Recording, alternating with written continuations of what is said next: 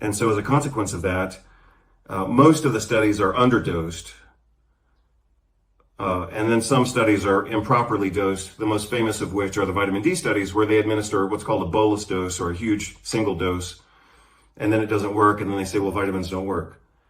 And I've talked about the pharmacology of why that occurs with vitamin D. It should hopefully be obvious to everybody by now. If it's not obvious, then you have to go back and look at my other videos that talk about vitamin D pharmacology.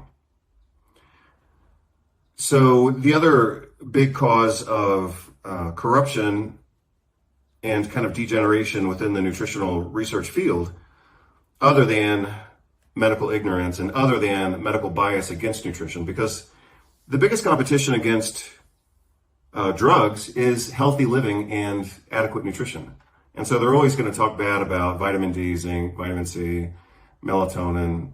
And now I just saw this guy, he's a professor emeritus of medicine, supposedly, in some school. I just saw this guy's comment today.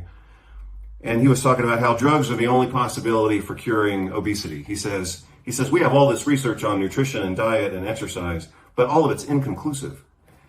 It's always going to be inconclusive in the eyes and minds of people who are indoctrinated into the drug paradigm. That's how indoctrination works. That's how paradigms work.